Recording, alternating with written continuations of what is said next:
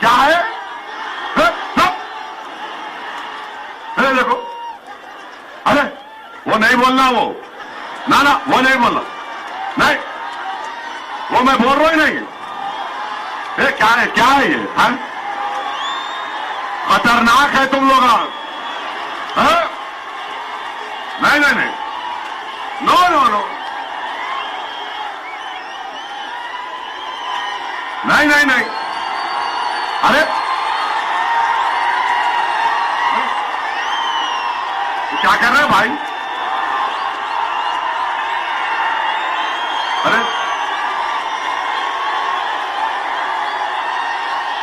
अरे तुम लोग क्या करने वाले हैं? 13 तारीख के दिन, अब सुनो 13 तारीख के दिन जो कटिंग करेंगे उसको क्या करेंगे? जो कटिंग करना चाह रहे उनको आप माने वोट, कटिंग से मतलब वोट, ज्यादा उसमें नहीं जाना। ना ना, मैं ऐसा आदमी नहीं हूं, अभी तक नान खलिया नहीं खिलाए मेरे को। खिलाने के बाद क्या हो सकता मेरे पे नहीं मालूम है सर। तो सुनिए, अभी टाइम जा रहा। अरे ठहरो, आखिर में करेंगे पूरा ऑपरेशन। कल भी 2 जलसे है, अभी से पूरी बैटिंग कर लिए तो कैसा? तो आपको मैं बता रहा हूं कि 48 लोकसभा की सीट में से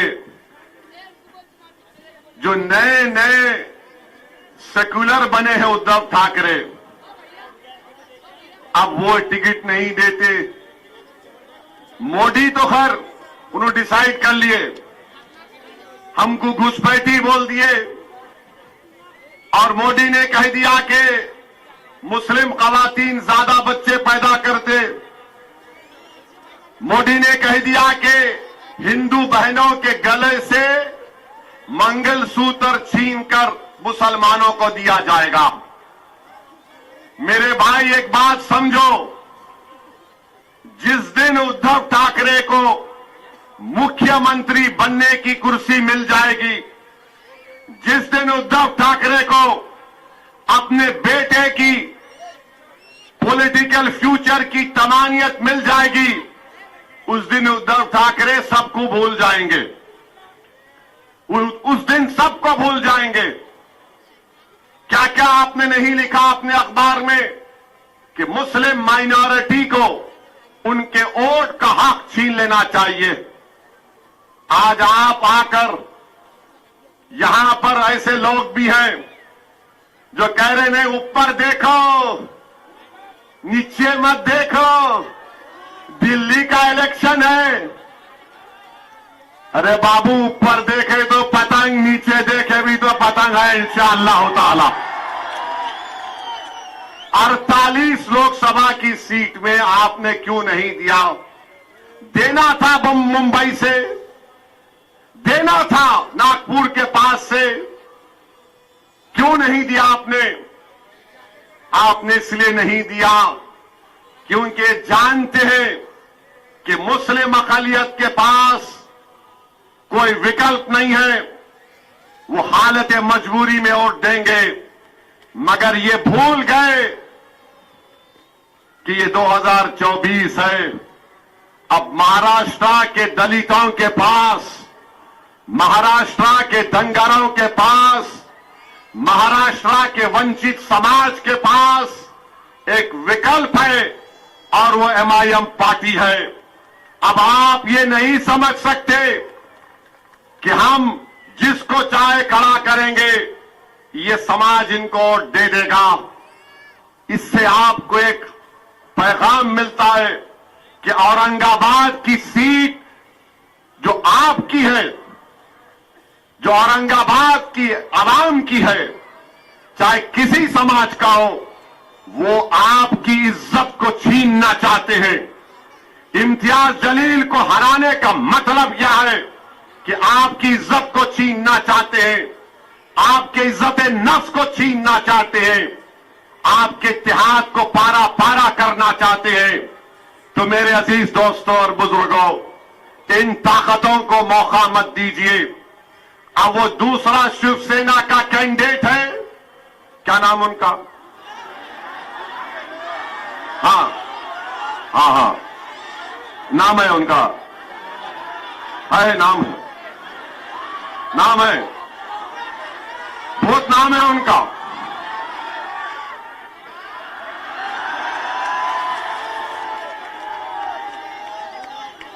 झूम रे भूम रे,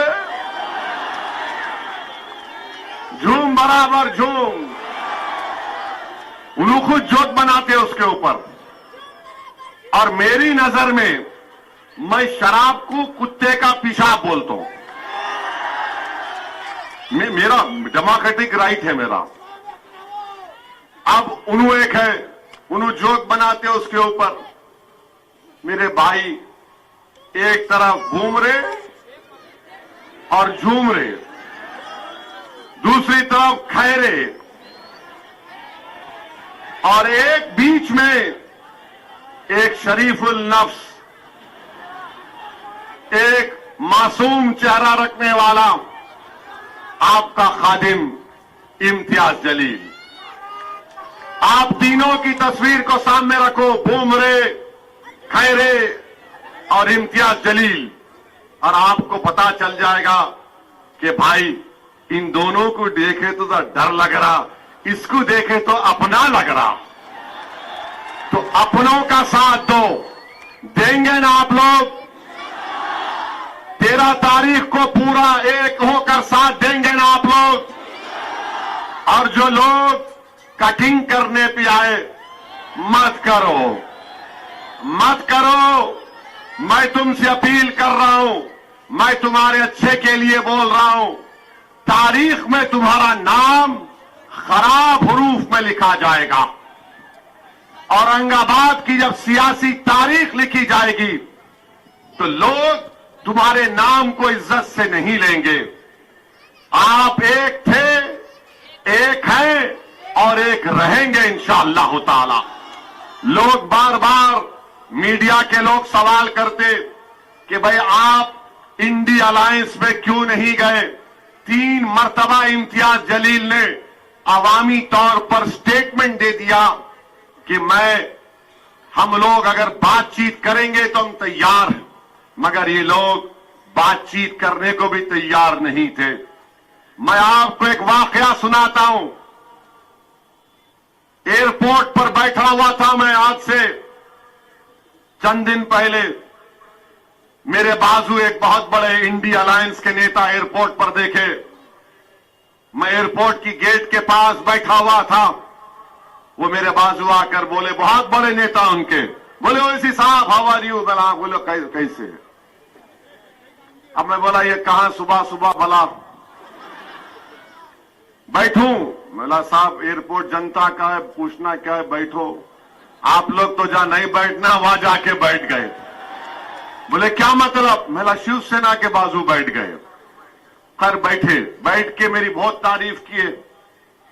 आप क्या भाषण देते? मैं दिल में सोच रहा था कि मैं क्या खव्वाल हूं।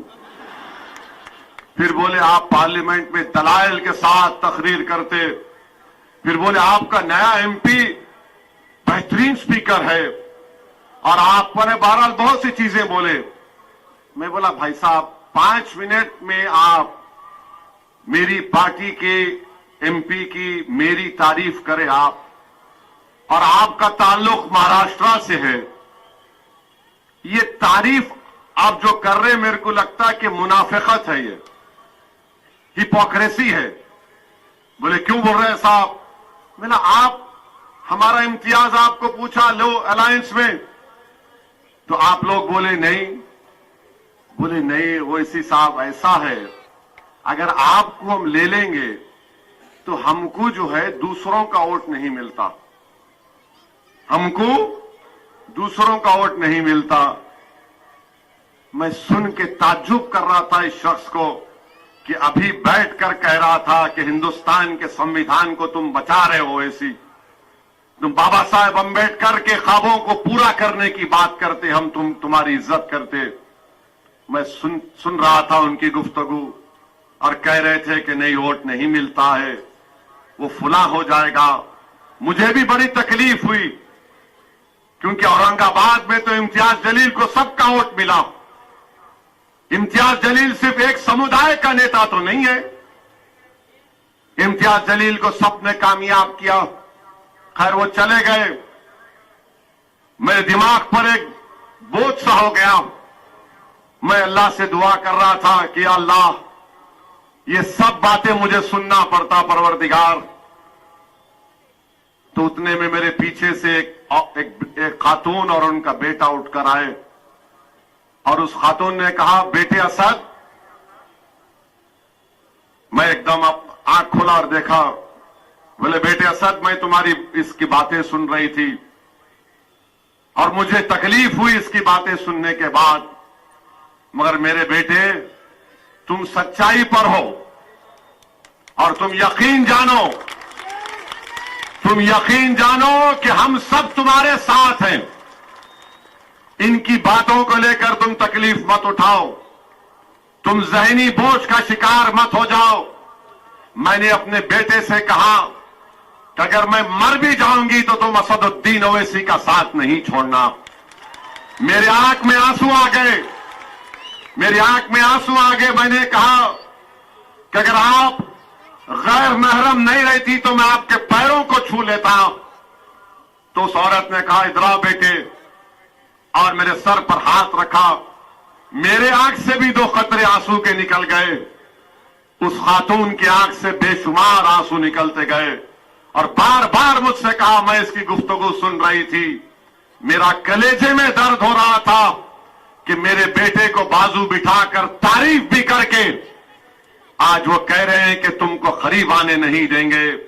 मेरे भाई, जब कभी भी मैं औरंगाबाद को आता हूं और दौरे करता हूं, जिनका मेरा उनका कोई रिश्ता नहीं है, जिनको मैं पहचानता भी नहीं, और जब घरों से हमारी मां और बहनें रो रो कर कहती हैं, ऐसा कहती है कि तुम कामयाब हो गए, जब नौजवान कहता है कि भाई कुछ भी हो जाओ हम तुम्हारा साथ नहीं छोड़ेंगे, ज़ईफ लोग बुला बुला कर बोलते कि असदुद्दीन हस्बुनल्लाह नेमल वकील का विर्द करते रहो, तो खुदा की कसम मैं तुम्हारे दरमियान में खड़े होकर कह रहा हूं, मुझे किसी की जरूरत नहीं है, अल्लाह और तुम लोग काफी हो, अल्लाह और तुम लोग काफी हो। ये क्या कर लूंगा इन लोगों के पास जाकर, शायद मुझे शोहरत मिल जाए या कोई मंत्री या पोस्ट मिल जाए, मुझे नहीं चाहिए। मेरे भाई, तुम्हारे दिलों में अल्लाह ने मोहब्बत पैदा की, तुम्हारे आंख में आंसू आ जाते जब मजलिस का जिक्र होता। यही सबसे बड़ी दौलत है, यही सबसे बड़ी दौलत है, यही सबसे बड़ी नेमत है अल्लाह की। मैं फिर से कह रहा हूं, तुम्हारे दरमियान में मैंने अपने घर में भी कहा कि अगर मुझे मौत आ जाए तो मुझे औरंगाबाद के किसी कब्रिस्तान में ले जाकर दफना देना। मुझे औरंगाबाद की जमीन से इतनी मोहब्बत है। मैं जज्बात में लाने को नहीं कह रहा हूं, नहीं मालूम इस जमीन में क्या चीज है कि बहुत यहां पर एक रूहानी सुकून मिलता है। अल्लाह तुम्हारे इस जज्बे को सलामत रखे, डरने और घबराने की जरूरत नहीं है। अल्लाह हमारे साथ है, अल्लाह हमको कामयाब और कामरान करेगा। अरे ये लाख आ जाए, कोशिश कर ले, मुझे यकीन है कि मराठा लोग जो पार्लियामेंट में देख चुके इम्तियाज जलील को कि जिसने मराठाओं के आरक्षण की बात की, धनगर समाज के लोग ये जानते हैं कि इम्तियाज जलील ने बेलौस उनकी लड़ाई और इंसाफ की बात की। दलित समाज के लोग जानते हैं कि पीठ खंजर में इंडिया अलायंस ने घोपा, बुलाकर डाइस पर जलसा कराकर उनका हाथ छोड़ दिया, मगर हम में इत्तेहाद नहीं हुआ, मगर हमने दलित पॉलिटिकल एम्पावरमेंट के लिए, बाबा साहेब अंबेडकर के ख्वाबों को पूरा करने के लिए, और बाबा साहेब अंबेडकर का जो एहसान हम पर है, हमने वहां से अकोला में ताईद का ऐलान किया हमने आनंदराव अंबेडकर साहब की सीट पर तायद का ऐलान किया। कोई कुछ भी कह ले, मगर हम हमेशा से ये बात कहते आ रहे हैं कि वंचित समाज को एक होना पड़ेगा, और वंचित समाज जब एक होगी तभी हकीकी मानों में इंसाफ मिलेगा। मोदी का भाषण तो तुमने सुना होगा, कामयाब वो लगा सकते, लगाओ जरा, लगाओ जल्दी चाउश, जल्दी लगाओ। सुनो मोदी ने क्या कहा, सुनो आप, सुनो मोदी ने क्या कहा, सुनो आप। क्योंकि जब मैं बोलना शुरू करा तो हमारे दुश्मना शुरू हो गए, इन्हों जज्बाती बात कर रहे, बहरे हैं पूरे, सुने नहीं आता सच्चाई इनको। लगाओ लगाओ। जब उनकी सरकार थी उन्होंने कहा था, सुनो, देश की संपत्ति पर पहला अधिकार मुसलमानों का है। इसका मतलब ये संपत्ति इकट्ठी करके किसको बांटेंगे? जिनके ज्यादा बच्चे हैं उनको बांटेंगे, घुसपैठियों को बांटेंगे। क्या आपकी मेहनत की कमाई का पैसा घुसपैठियों को दिया जाएगा?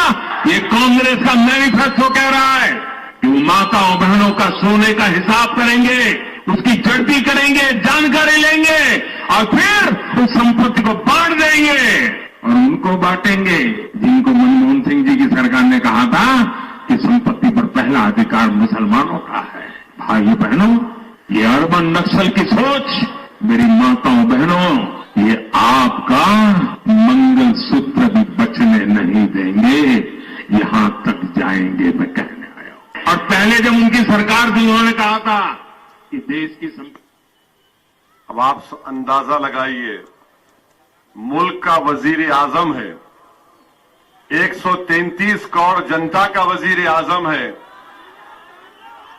सुन तो लो, वो मालूम, सुनो, तुमला डबल मीनिंग निकालते हर बात का, डरा दिए मेरे को शुरू में। ये क्या है ये? तो सुनिए, एक मुल्क का वजीर आजम भारत की अल्पसंख्यक समाज को घुसपैठी कह रहा है। आप लोग घुसपैठी है? आप लोग घुसपैठी है? हमारी मां और बहनें, आप घुसपैठी है? अब जितने घुसपैठी नहीं, हाथ उठाओ। दीवार पे बैठने वाले भी उठाओ, दीवार नहीं गिरती, मैं हूं ना। वहां छत पे खड़े रहने वाले उठाओ, डाइस पे बैठने वाले उठाओ। आप लोग घुसपैठी है? हाथा नीचे। हमारी मां और बहनें ज्यादा बच्चे पैदा कर रहे नहीं, झूठ है। तो ये टोटल फर्टिलिटी रेट गिरा है, मुस्लिम बहनों का, बेटियों का TFR गिरा है, मोदी झूठ बोल रहे। अब एक और सवाल पूछूंगा, हाथा उठाना। क्या आपको पसंद है कि किसी हिंदू बहन के गले से मंगलसूत्र उतार कर अपने जेब में रखना? आपको पसंद है? उधर से बोलो, आपको पसंद है? ये मोदी बोल रहे हैं।